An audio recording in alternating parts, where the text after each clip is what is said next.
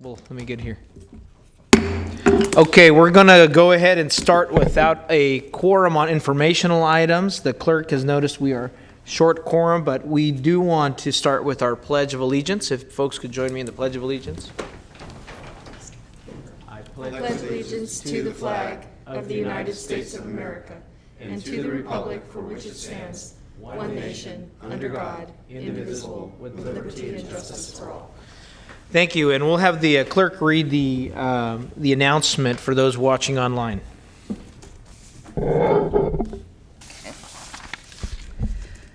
This meeting of the Sacramento Metropolitan Air Quality Management District is cablecast live without interruption on Metro Cable 14, the Local Government Affairs channel on Comcast, Consolidated Communications, and AT&T Uverse cable system. This meeting is being closed captioned and will be webcast at www.sacmetrocable.tv.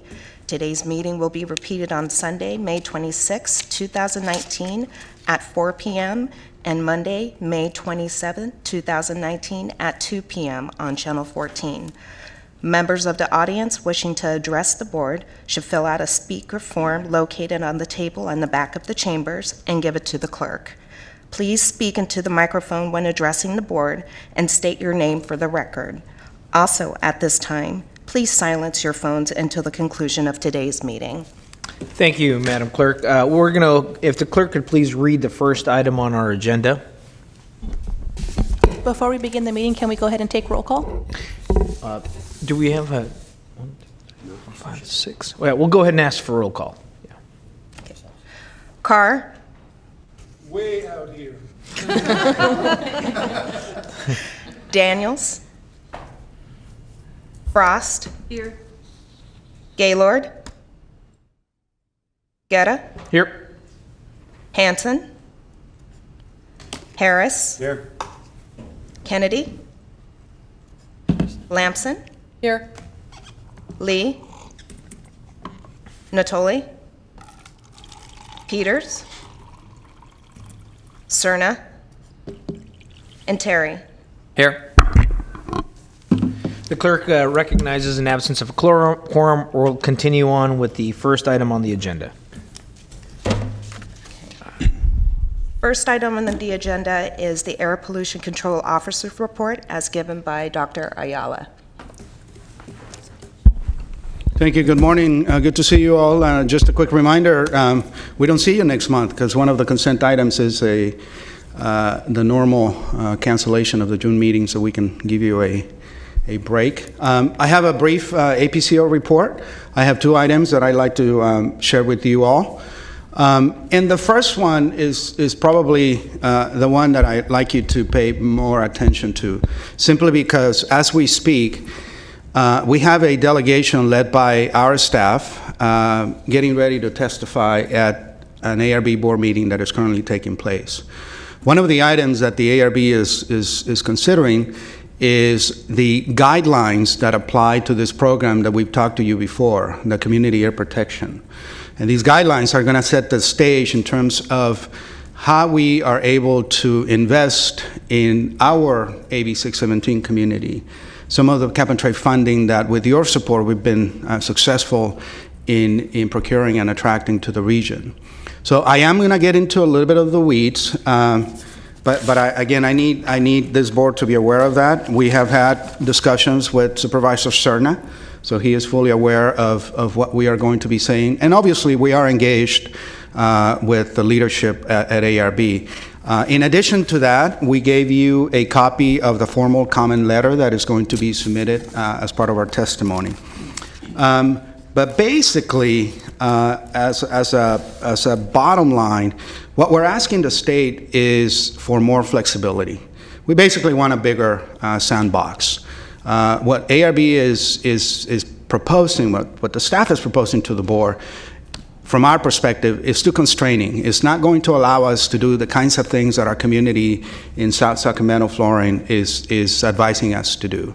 So we're going to be there along with a delegation of the stakeholders. You'll see in the letter a very impressive list of partners that have signed on to these comments. So that's basically what is taking place right now. Again, as a reminder, this applies to on the order of anywhere between 12 and $15 million that we are, yes. Mr. Chair, Mr. APCO, could I stop you for a minute so Sure. the clerk could call the roll and establish a quorum? Do we need 9? Carr, Still way out here. That's Steve at the other end. Daniels, Frost, Here. Gaylord, Guerra, Here.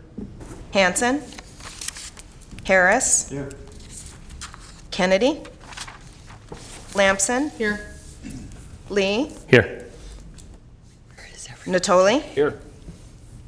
Peters, Cerna, and Terry. Here. We have a Great. quorum. Thank you very much, Madam Clerk. We've established a quorum. Mr. APCO, please continue. Director Carr, I promise you, we're going to revisit the policy for seating arrangements. We're going to give you a boarding.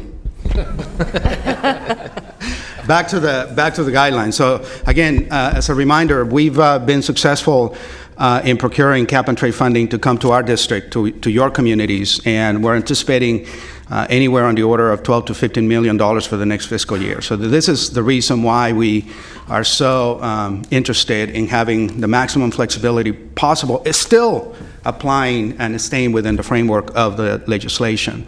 So we are, as I said, a delegation is there testifying on our behalf. And basically, the 3 points we want to do is we want to not be restricted in terms of not being included in part of the group of communities that can do projects simply because we were not formally identified as a community that requires or that needs an emission reduction program. Because that's one point that the ARB board made very clear, that it really doesn't matter whether you are identified as an air quality monitoring only community or one that has to do an emission reduction program right away. So we want to move forward because, as you have heard from our steering committee chair and vice chair in the past, we're developing a very good interaction with the steering committee, with the community, and there's expectations that we put this money to work and begin to mitigate the impacts in the community. So I'll stop there. Like I said, it is a bit into the weeds of the program, but I wanted to make you aware that this is taking place. Thank you, and I do want to acknowledge Board Member Larry Carr's work in the South area on that with the steering committee as well. Thank you for that update. The second item, again, is something that I'm sure you heard about or saw in the news. This particular report actually came out 2 days before our last meeting, so we just didn't have sufficient time to put together an update for you. But again, it is a very relevant piece of information. The American Lung Association does this State of the Air report yearly. They've done it for 20 years. And you can see the statistics. I mean, it's basically things that we've known for a long time, things that we know we're going to be challenged with for many years to come. We're not meeting the ambient air quality standards at the moment. But the important thing is that we have a plan how to get there, and I think that's really the key here. But again, just in terms of the numbers, I think it is pretty compelling when you think that our area, Sacramento, is number 5 in the nation for ozone pollution. And you can see that most of the cities in the top 10 are California cities. We're doing a little better on particle pollution, but we're still up there. We're number 15, so we're in the top of all the cities around the nation in terms of air pollution when it comes to particles. So I needed you to be aware of this. Like I said, I don't see this as a negative. I think this is just looking at the data, the same data that we collect, the same data that we analyze. So this is just basically a reminder of how important it is that we continue to do the kinds of things that we are doing with your help. And what is different about this report, and this will be my last point, is that American Lung did a very nice job putting into context the climate penalty that air quality is paying, meaning how much more difficult it is going to be to reach clean air because of the climate impacts that we are already seeing. This is something that we've known for a long time, but American Lung is doing a really nice job kind of putting the nexus between air quality and climate very starkly and clearly. Dr. Ayala, we have a question here or comment from Board Member Harris. Dr. Ayala, can you articulate that a little bit more? What was the nexus or the key point that they demonstrated as, the connection between climate change and air quality degradation? A warming climate, so let's take ozone pollution, for example. Ozone pollution is basically photochemical reactions in the ambient air. So it's basically organic emissions, NOx emissions, they cook up in the atmosphere, and when you have a lot of sun and heat, it's a very efficient cooking process. Right. A warming climate is going to make that process much more efficient. So what that means is everything that we're doing to advance on ozone pollution, we're going to take 2 steps back because a warming climate is going to make it that much more difficult. So that's just one example. On the particle side, we're living it, right? I mean, the fire pollution is just, going to make it that much harder. So, and it's interestingly because, this is going to require more action, right? I mean, the ambient air quality standards are based on health. The number one and only consideration is what do we need the standards to be to protect public health? They're not considering, the climate penalty or anything else like that. So again, work in progress. But again, I welcome the fact that American Lung is putting a big bright spotlight on this issue, on the nexus between climate and air quality. Thank you. Well, thank you very much, Dr. Ayala, and I think Board Member Harris has brought up the past history of smog days back in growing up in LA, and I don't think we want to get to number one where we get back to smog days. So I think keeping an eye on the fact that we're number 5 on ozone, and also that we have made improvements though on the particulates. I mean, I think that's a significant recognition to the staff here at the Air District for working on the issue of particulates. And thank you for that, Dr. Ayala. We're going to go ahead and move on to the next item on the agenda. If the clerk could please read the item. The consent calendar, the first item is the April 25th, 2019 Board of Directors meeting minutes. And the second item will be the cancellation of the June 27th, 2019 Board of Directors meeting. Okay, members, move the calendar. How quickly the actions move when there's a cancellation of a meeting here. So without further discussion, all those in favor signify by saying aye. Aye. All those opposed? Okay, motion passes. Consent calendar is approved. If the clerk could please read the next item. Next is the discussion calendar. Here we have a presentation from Valley Vision's new environmental poll in the 8-county region.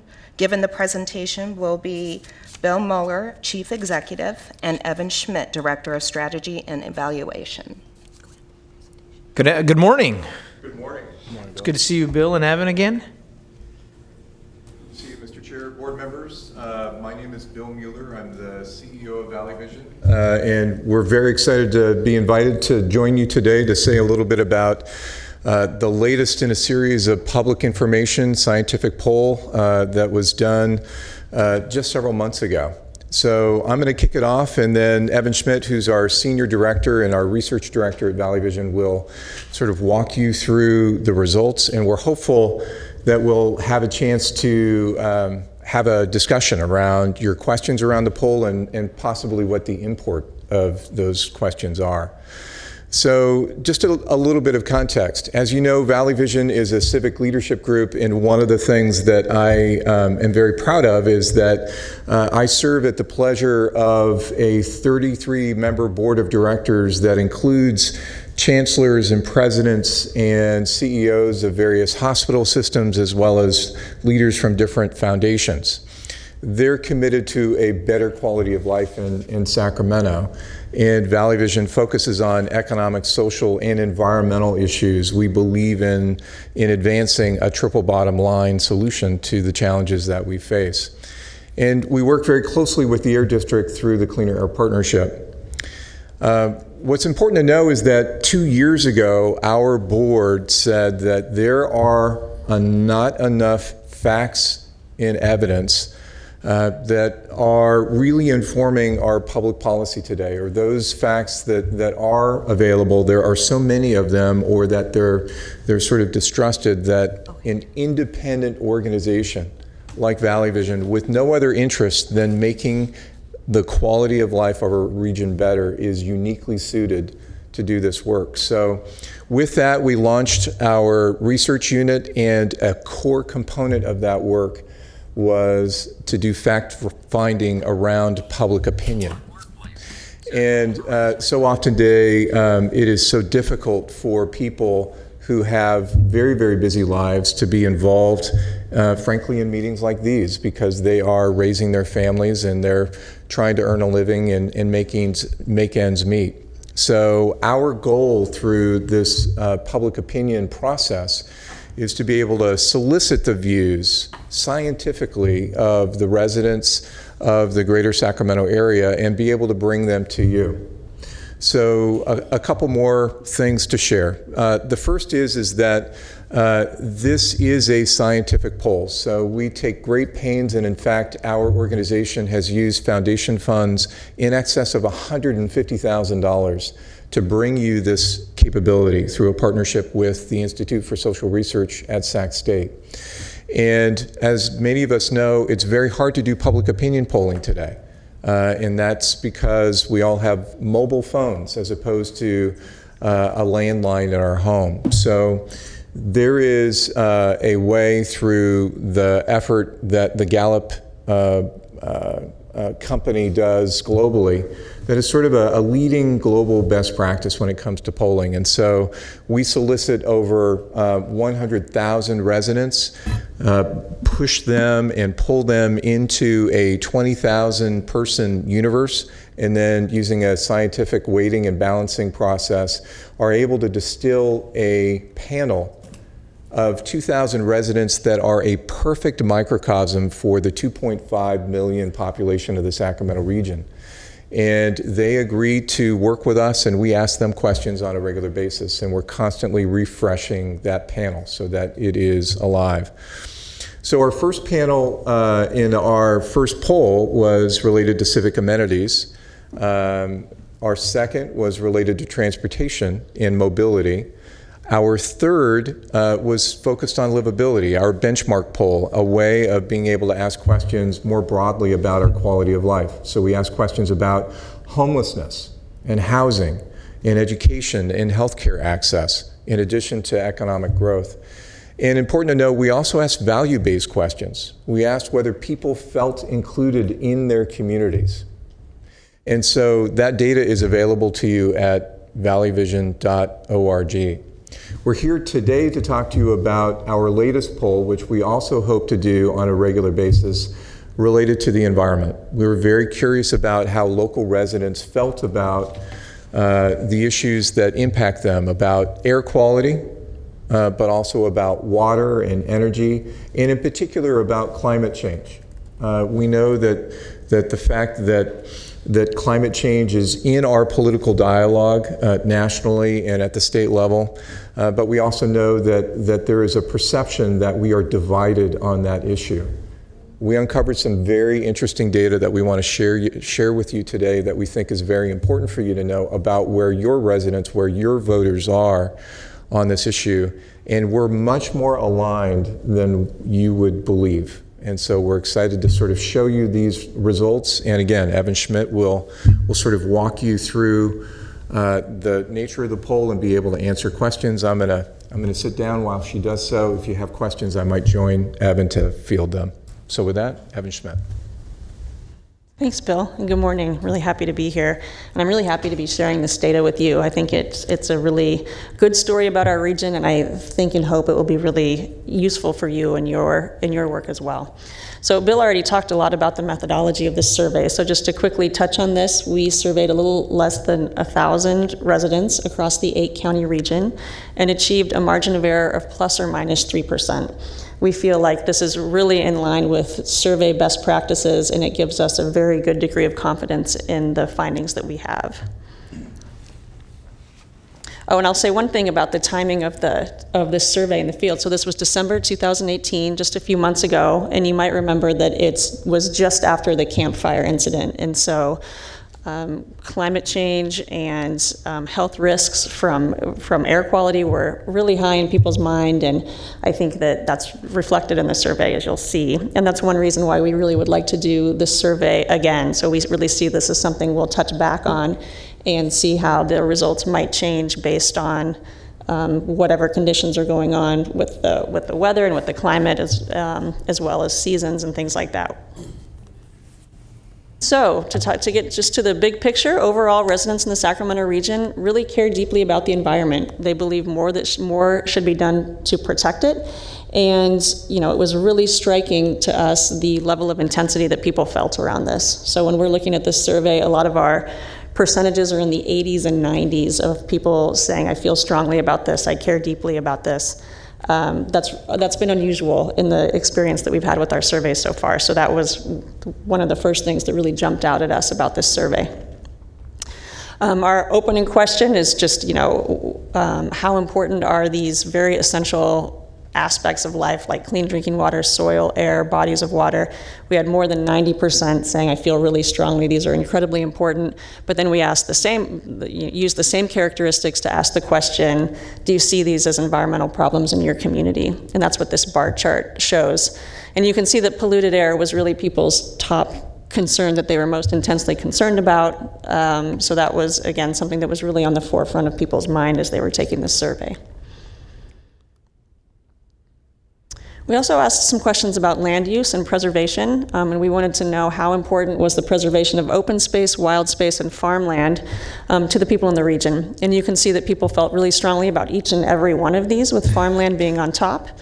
And we wanted to know, in relation to housing or retail and office space, what are some trade-offs? So what would people like to see in terms of preservation of open, wild, or farmland space, or development? And so if you look on with the green chart with the highlighted or with the bolded numbers, you can see that really down the line, preservation really came out on top above development, especially as it relates to retail and office space. We asked a lot of questions about climate change. The first one being, do you believe that humans have contributed to climate change? And we found overall 88% of people in our region said yes, they believe that's the case. This was a question that we really wanted to break out by political affiliation, because I feel like it's a common story in the national media that this is a very politically divisive topic. But what we really found in our region, it is not so much. So, you often have Republicans and conservatives leaning towards a more skeptical point of view on climate change. And here we have 75%, so 3 out of 4 Republicans saying they do believe that humans have contributed to climate change. And we wanted to know, do you think it's happening now, or do you think it's going to happen at some point in the future? And so that top cluster of bar charts are, again, broken down politically, expressing that people believe that it's already begun to happen. And so overall, that's 70%, but when you look broken down politically, the majority of people in any political affiliation believe that the effects of climate change have already begun to happen. And then for those who don't, they for the most part believe that they'll start happening within the next few years. And we wanted to know what people were thinking about in terms of climate risk. So how concerned are they about the different possible effects of climate change, especially the things that we feel we're most likely to see here in this region. So smoke in the air from wildfires, drought, hotter temperatures and more frequent heat waves, wildfires in the vicinity of your home, and flooding were the characteristics that we looked at. And you can see that 80% of people really see smoke in the air from wildfires as something they have already experienced. Is something they've already experienced. And given the timing of the survey, that's not a big surprise. We were joking that maybe the other 20% were on vacation in November, but that did come out very clear. And then we also broke our survey out by subpopulation. So we wanted to know across different demographics what different subpopulations think on these different topics. So one thing that really popped out for us is that hotter temperatures and more frequent heat waves were seen as a problem within different subpopulations more than they came out in the overall top line findings. And so for those making $30,000 to $50,000 a year, Blacks, Latinos, Millennials, women, and Democrats, that was a bigger concern for them. And for some of those findings, that's really consistent with research that shows that vulnerable populations are often more vulnerable to climate risks and more likely to experience things like hotter temperatures and other climate risks.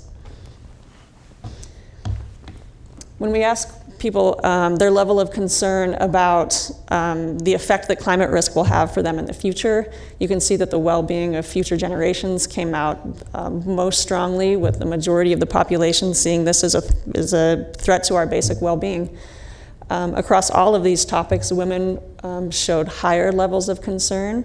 And you can see that the majority of the population is concerned about public health and safety, the well-being of future generations, and significant concerns around public infrastructure as well.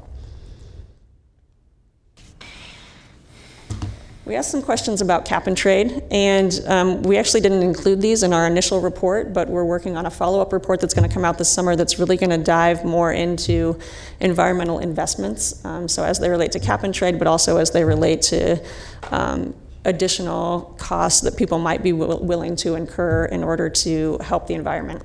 So we did a little bit of education around what cap and trade is, and we asked people their preferences around cap and trade. I wanted to share this finding with you because I think it's important to the work of the Air District. We asked, how important is it to you that the revenues from cap and trade are spent in disadvantaged communities?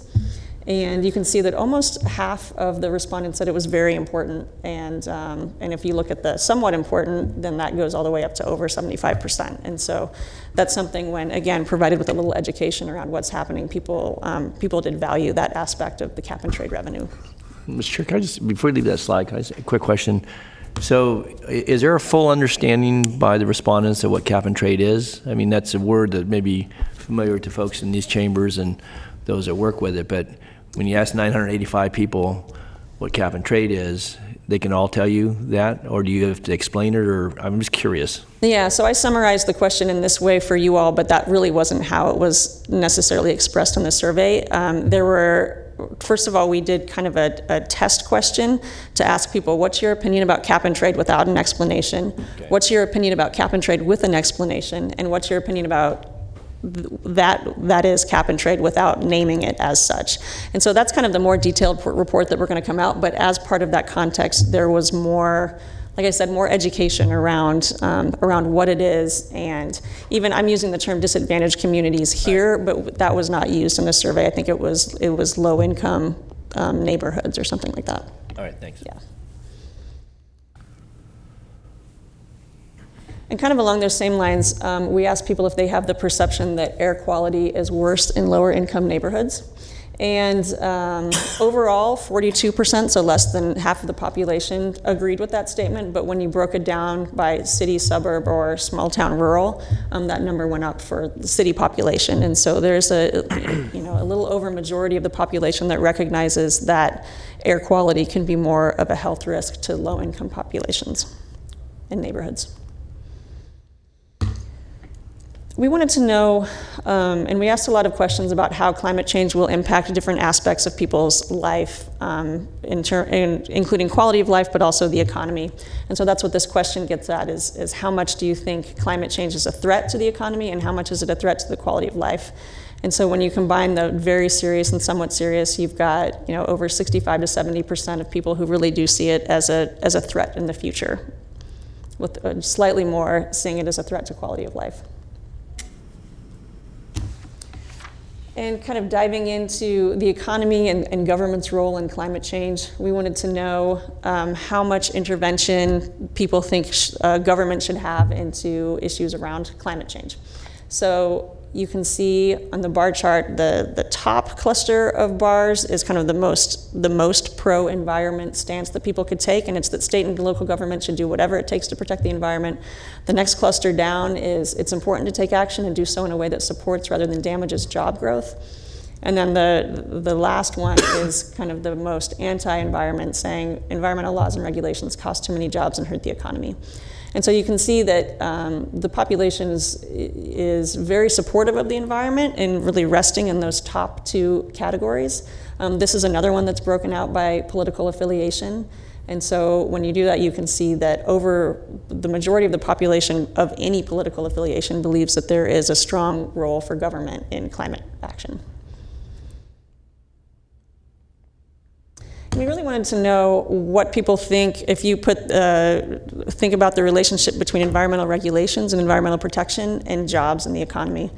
And what we learned is that 66% of respondents believe that efforts to reduce climate change will either have no impact on jobs or will increase jobs. And so one of the takeaways I had from that is this story that environmental regulations and environmental protection is a hindrance to job growth, is a hindrance to our economy, is really potentially an old story in California, or at least in our region, and that people really see this as an avenue for innovation and job growth and economic growth.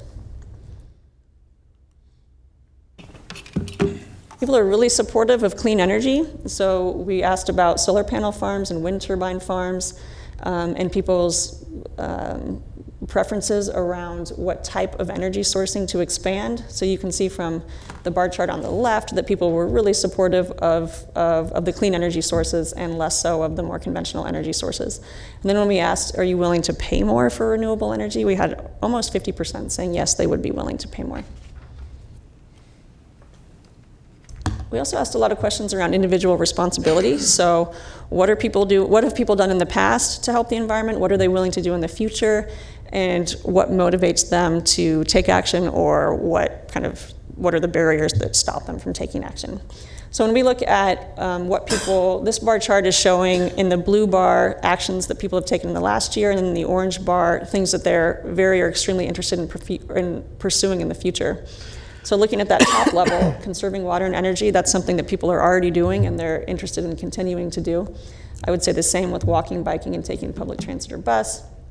And then when you go down the bar chart and look at just those last three categories, for example, you see a pretty big gap between what people have done in the past but what they would like to do in the future.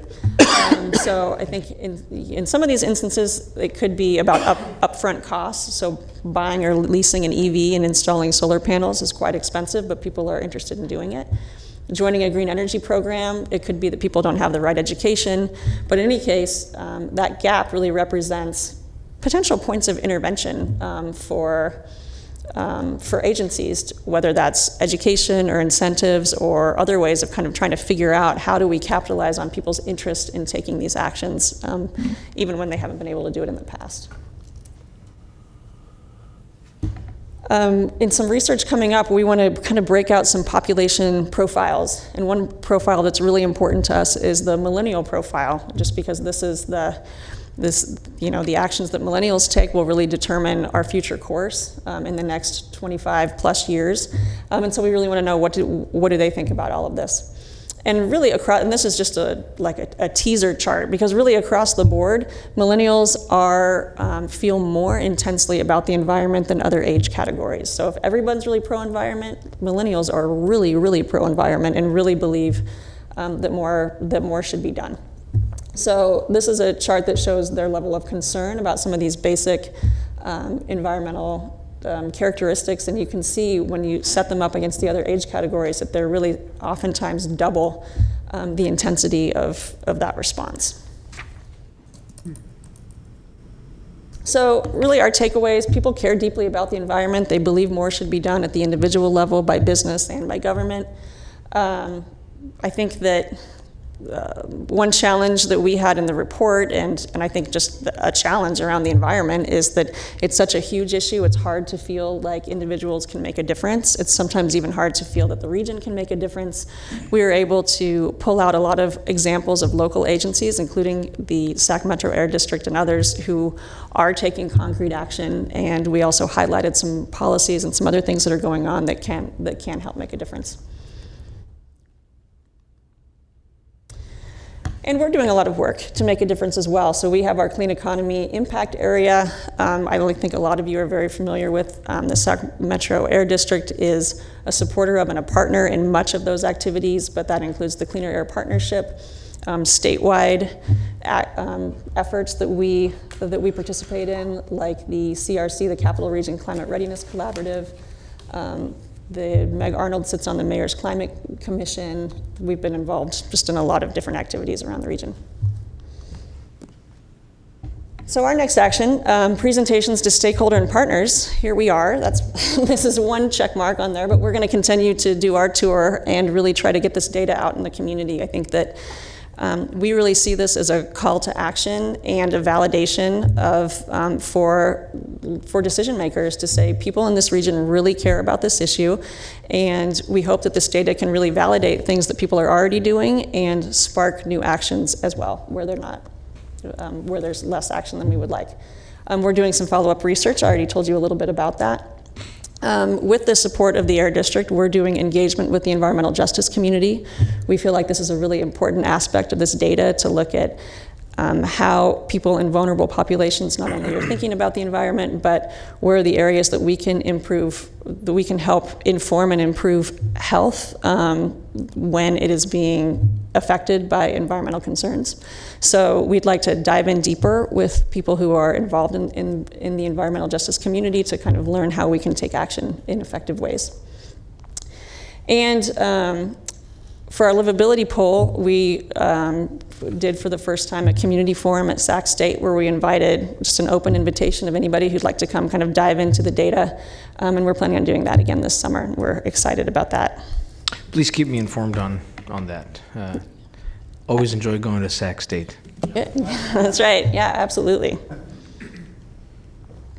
And as part of the effort to get this data out into the community and into the hands of people who can really use it, and with the support of the Sac Metro Air District, we have this interactive website that really highlights the key data points. It has some interactive functions, and it makes the data really accessible and easy to find, easy to use for the community. So we're really excited about that, and we really invite you to go check that out at environment.valleyvision.org. And with that, we'd love it if you check out our other public opinion polling. There's the web link right there, and contact me with any interest in follow-up presentations or any more questions about the data. And Bill and I are happy to take questions now. Great, thank you. And we have Board Member Harris punched up here to speak. Board Member Harris. Thank you, Evan. Really interesting presentation and interesting questions. In one of your earlier slides, you pointed out that people were interested in preservation of ag land and open space. And certainly that supports the idea that the city of Sacramento has to encourage infill development. The problem is right now that we're experiencing is that cost. So it's more costly to develop infill, and that means higher purchase prices or rental rates. So conflicting things there, what will be interesting is to see if people really feel that. I mean, it's easy to think, yeah, of course I want to preserve open space, but greenfield development is cheaper, and people are attracted to those developments because of urban problems like homelessness and things like that. They think they can move away from those kinds of issues. But interesting research. I do hope that desire to preserve open space really becomes a core value, because we need to do infill. It meets all of our goals for lowering VMT, CO2 emissions, all of the above. So I really hope that the research that you've done here is indicative of a more core value. Great, thank you. And I've got Chairman? Our Vice Chair Frost and then Carr on the speakers list, but I'll ask Bill to answer that. I just wanted to have just a brief reaction. One is that we hear you very clearly, and one of the very interesting things that is happening is that having done 4 polls, we're recognizing patterns when you ask questions about livability and now about the environment, about where that overlap is. In our livability poll, we asked the question, do you want to embrace the boom and see more homes developed in the Sacramento region, or do you want to preserve things as they are and not build additional homes in the region? And the answer was 51% want the region to grow and 49% don't want to add new houses. So we are nearly equally divided in this region on whether we should add more houses or not. Now, the interesting story that I would relay is that Valley Vision is not standing pat on this information. We're using it to mobilize action. We brought together the Northern California Building Industry Association, various cities and counties, the Council of Governments, the City of Sacramento, and others, and had a roundtable discussion about that very finding. And what was interesting, especially with affordable housing developers and developers, is that even before we were able to finish the sort of describing what was on the slide presenting to them, the room burst out in laughter. And the response was, we live that every day. This is our challenge, is that there isn't sort of a common, view on this. So our hope is that we can take that, sort of inertia and effort at a need for a very clear vision about housing in the Sacramento region, blend it with this information about the environment and future polls to be able to sort of create greater clarity and hopefully community vision around those issues. Well, I can tell you that as a representative trying to push transit-oriented development in my district, I live that contradiction daily too. It's really a tough one to move through. You can only please half the people. It'd be nice if the needle would move. And it would be great, I think, if you took your polls and sort of cross-correlated them, because these kinds of discussions are really powerful. Great, thank you, Board Member Harris. Vice Chair Frost. I'm appreciate this. This is interesting and surprising in some ways. When you first introduced it, Bill, you said this was a scientific poll, but it seems like a public opinion poll. Forgive me, it's both. So the method that we use is based on the Gallup industry's sort of national best practice or global best practice, and it is very much scientific. So it's a random sample. We use scientific methods of weighting and balancing, and we make sure that we are able to determine the results and that it's scientifically verifiable. So you're saying it's not a Facebook poll? It is not here's a random group of people and whoever wants to can respond. It is a closed system, very rigorously developed and created, and you would see the same sort of methodology you would see for any other sort of Gallup-related poll. What we have done is use the same method and incorporated it for an 8-county region rather than the entire United States. And the idea is not only that it's representative of the region as a whole, which it is, but also you reach that threshold of about 1,000 people, and if you were to survey another 1,000 people, your percentages and breakdowns really wouldn't change, because the idea is that you have, through weighting and creating that representative sample, you've reached the population threshold where you can say this truly is representative of what people think. Yeah, because like on some of the questions are pretty straightforward, but it's more complex than one might think. Like the question of air pollution is more serious health threat in lower income areas, and opinions around that. But air pollution isn't really tied to low income. It's more tied to, you can probably sell houses to low-income people under this freeway, but you're not going to sell houses to higher incomes. So they end up being in those areas where air pollution is. So it's like I think what would also be important for everybody to know, and we probably breezed over a little bit of the methodology, is that even our questions are often not our own. We're looking at best practices around questions that have been asked in other communities, frankly, so that we can compare them. So for example, in our livability study, we adopted the National Realtors Association question set that they do on a regular basis. The Economist Intelligence Unit asked some very interesting questions, and they've been doing it for years. So rather than making it up, we're using sort of the scientific method that others have used, so that we're trying to sort of reduce the the potential for error. I'm not surprised that air quality is important. Even, anyone who's older, who's lived in LA like I have, understands what air pollution can become and doesn't want it. And who wouldn't want clean air and all those good things? My last question is it possible for us to get a copy of this entire survey so that we can analyze it and look at it? This is really good information, and I just think it would be so helpful to be able to look at it and take a deeper dive on the entire survey.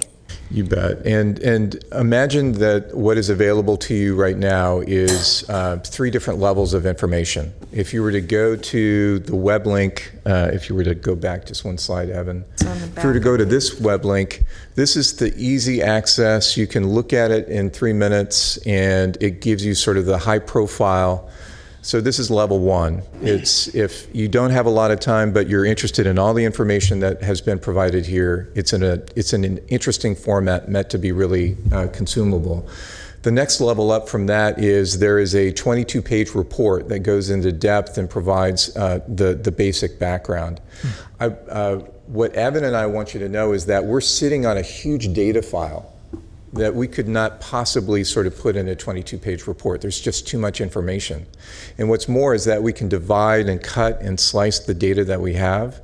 And one of the invitations that we've made to your APCO and others is, do you have a specific question? You do? Well, we would be interested in getting back into the database and running that information. So, can I get the 22-page? Because I have people that are experienced with surveys, and they'll know what question they want to ask. So Perfect. Can that work? Yes, if you go to that web link, it's available. And then they'll just exactly contact you. We'll contact you if we have questions or something. Vice Chair Frost, I'll make it easier on you. I'll work with our clerk, and we'll make sure that we get the information that you require to you. And any other board member that has interest, let us know, and we'll make sure that we it might change the way I think about something, and I want to look at it. I want to know. Some of us still like it's all paper good. too, Yeah. Thank you very much. You bet. Thank you, Vice Chair Frost. Board Member Carr. Thank you, Chair. Well, thank you for the report. It's very informative, and I will go to the website and look at it deeper. And there are several dichotomies here. Mr. Harris pointed out one where people want to preserve open space, but some people want it to grow. What I found is people want growth, but not near them. And they want to preserve the open space so they can have that for themselves. But the point I wanted to ask you about is, are people really aware of the source of the major sources of air pollution? Do they know where it's coming from? I found that the question around are low-income neighborhoods more at risk or have more health risk from air pollution. To me, that indicated that the people who were answering that question did have a sense. For example, I think freeway corridors is something that pop in people's mind. It seems to me that there is a general higher level of education around that than there used to be, but I'm sure there's some people that are not aware. And if I could add, so one of the things to remember is that this is sort of an unfiltered, this is where the public is based on the public information that's available to them in their very busy lives. So our job as the pollster, as you heard on the climate change question that Supervisor Natoli asked, is we don't want the labels that we attach to this to create confusion. So we literally asked the cap and trade question 3 different ways. And by the way, there were 3 different answers to the same question based on what the label is, which is very interesting to us. So part of this should be motivation, that we have the ability to do that education. And I know that particularly in underserved communities, that in our experience managing the Cleaner Air Partnership, there's not always the understanding that 80% of our pollution is mobile sources as opposed to stationary sources. But it's the it's the car detailer or the auto shop that's right in my neighborhood that I might have locked in on as the source of the issue, when in fact the data and evidence isn't there. So part of this should be, an opportunity to do that public education so that the public is reaching the right conclusions for the right reasons. And what struck me, Bill and Evan, is the intensity that people care about the environment. And so that's on one hand. On the other hand, what have you done about it? And the intensity that we will do something later. It seems to me, I don't know how people are reconciling that in their minds. How you can hold those same two thoughts in your mind at the same time. Well, we are human beings. Yeah, our intentions sometimes are bigger than our actual actions. I think, for me, these surveys really are the beginning of a conversation. I think Bill's right. You're capturing people where they are right now, including their good intentions. And so when it comes, when the rubber meets the road, what are they willing to give up? I think that's where you have to use this as a tool in communication and use it as a conversation starter, because that question isn't answered within a survey that, even if it's a great survey, it's 15 minutes of your life to fill it out. The real work is what does it mean to you, and how do we carry on from here? Great, thank you. Thank you, Chair Guerra. And Board Member Natoli. Yep. Thank you, Mr. Chair. Just along that line of discussion, I think it may be important to see what the tolerance is too for where they're willing to pay. It's one thing to say, pay for cleaner water or cleaner air, but when you're getting hit at the gas pump, you're getting hit in rent, you're getting hit in your electric bill, you're getting hit in your water bill, all the utilities, and there are other pressures. There are aging infrastructure, there are the wear and tear. I think, again, that may be a point in time or not, but I think that's one of the things when to one of the questions you asked about, is it stopping the growth of jobs and so forth? Not any one thing, not any two things, but I think cumulatively, and I think, to get to that, because that's important, because if I hear a common theme from folks that are sometimes generationally Californians or even more recent arrivals, folks appreciate the amenities we have here, but their tolerance, at least in conversation, is getting a bit stretched. I'll just tell you that, and we all know that. I mean, right. And so, if you can go after one or two things, but it's not one or two things, it's a combination of, and I think that's that's kind of the threshold over time.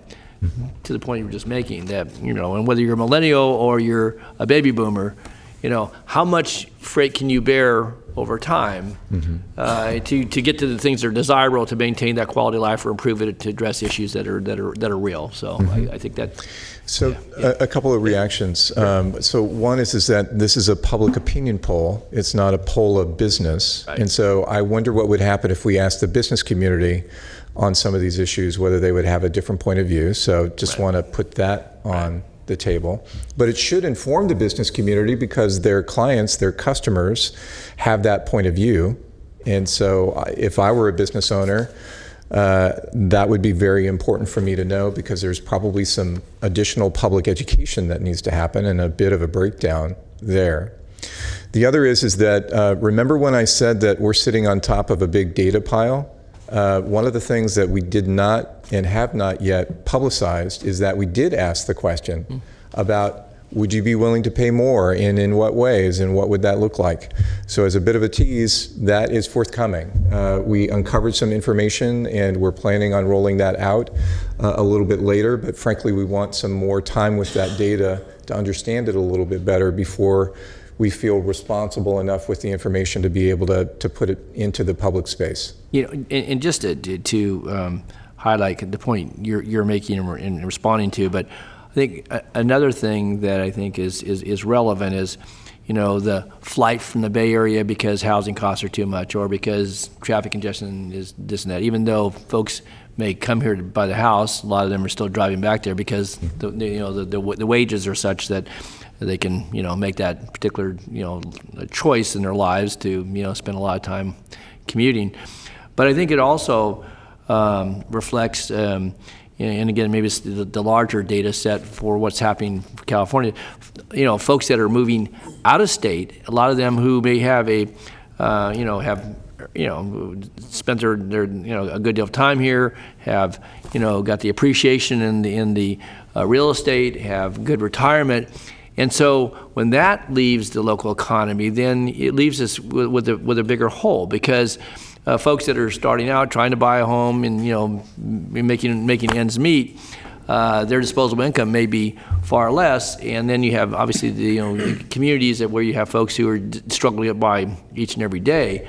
And so I think that's important, and I think it goes to as Californians, but certainly as folks in this region, what can we do to try to maintain the balance in a way that achieves the environmental goals that we find desirable, that are reflected in the polling data, but also that you don't, again, people make choices, and I hesitate to say that we're driving people out, but I think people are clearly making choices, and they're taking disposable income and going to states that are adjacent, and whether that's Oregon or Nevada or Arizona, Idaho, whatever it is, and some of it may have social aspects to it, that they think that the air's not good enough, or congestion's too bad, or there's a homeless issue, whatever it might be. Those are certainly choices that people make of their own conscience. But I'm concerned because you see that value, and I have colleagues who have retired who were born and raised here, who are now making choices to leave here, but they take that income with them. Right. And so then our economy, some of those drivers that help, reinvest in the next generation it leaves with them. Well, so a couple of reactions, and this discussion probably reflects the reason why Valley Vision, if I could be somewhat immodest, is important, because we're not just focused on air quality, we're focused on housing and land use, because these things are connected. We have to stop dealing with them in silos, because if housing is unaffordable in the Bay Area, guess what's happening to the vehicle miles traveled of those people that are traveling these super commuters? It absolutely has an impact on our environmental standing. Bill, and I'm going to ask you to tighten it up, because we do have another board member, and we're going to lose quorum in not too long here. So and maybe a good sort of global wrap-up comment on the point. The Cleaner Air Partnership. I think we know the way to be successful where we balance economic and environmental issues. This organization has been around for over 30 years, and as I know, Supervisor, you've been part of the life of the Cleaner Air Partnership. Its central tenet is that you can do both, and it's argued that for the last 30 years. And what's more, how does it do it? It does it with incentive-based approaches that allows people to buy in. It's not a heavy-handed regulatory approach. It's a way that the business community and the environmental community and public health community can work together. And we find when you work on an incentive basis, as opposed to sort of a heavy-handed external sort of approach, that you're more apt to get creative, innovative solutions and really unlock the potential. Thank you, Bill. I have Board Member Lampson. I'll try to be fast. I see on the survey you have the jobs and economy concern, and I'm kind of along the same lines as Natola here. We in Galt just had a big, huge rate increase in our garbage because of the environmental and the 75% reduction, and then we're not going to be able to have the organic waste. So our residents' garbage rates went up 58%. They would have gone up maybe 200 or 100%, except we asked if it could kind of rest on some of the businesses. Well, then our businesses went up 200 to 700%. And now we're dealing with that. And if you go on the news, Galt's, I'm public enemy number 1 right now. Mm-hmm. So we're trying to figure that out. But we keep getting all these regulations from the big cities that come on we're not quite rural, right? We're just barely not rural, and we're having a hard time dealing with that. So if that kind of, people are aware of that in the survey, yes, everyone loves the environment, we want to save the environment, but it's going to cost you 100% of your garbage rates or your water or your sewer. We really have to think about that, especially on our senior citizens and our people just starting out. So I'd like to see a little more of that in the survey. Thank you. Great. Thank you, Board Member Labs. I'm just going to close with this. One, thank you for being here today. I think the information's great. Board members can bring it down, but I think it would be helpful if there is a binded copy of the material, that would be helpful. I know even though I use the online version, I like to write down on my binded version.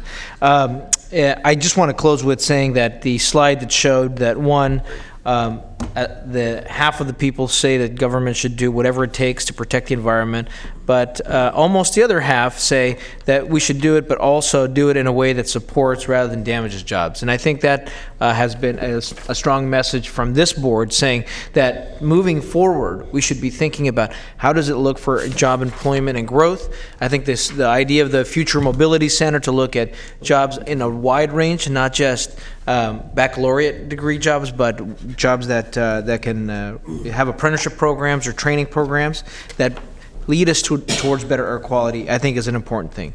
Thank you for being here. We have one last item here. If the clerk could please read that item.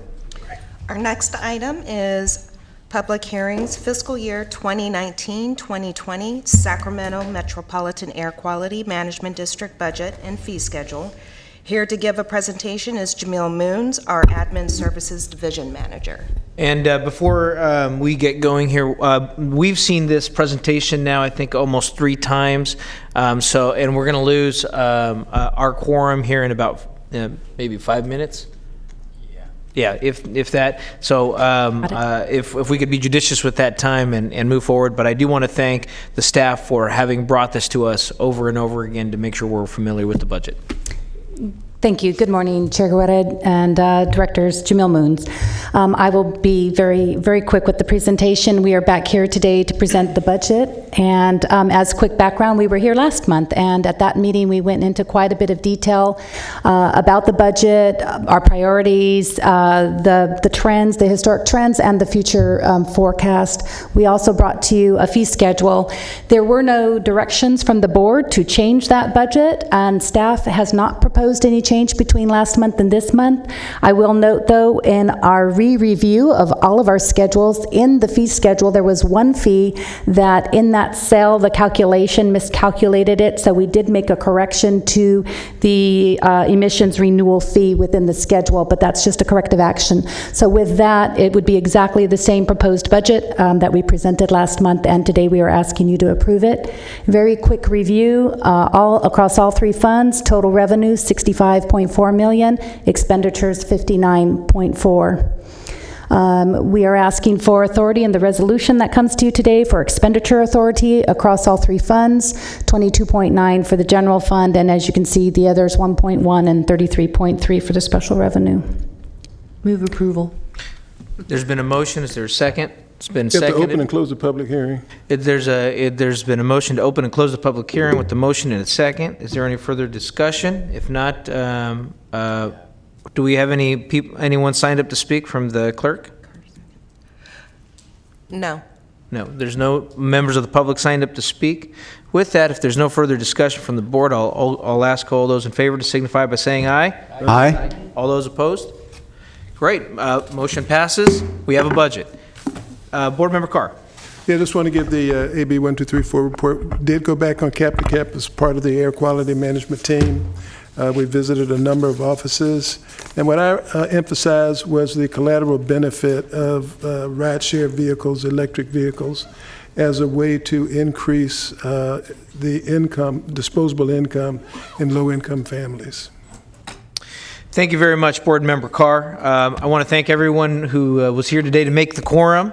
And if you see any of our colleagues, admonish them to help us make quorum. It makes it easier. And I will do the same. So thank you all for a good day, and we are adjourned at 10:10. Funny enough, Bev is on that board I'm talking about.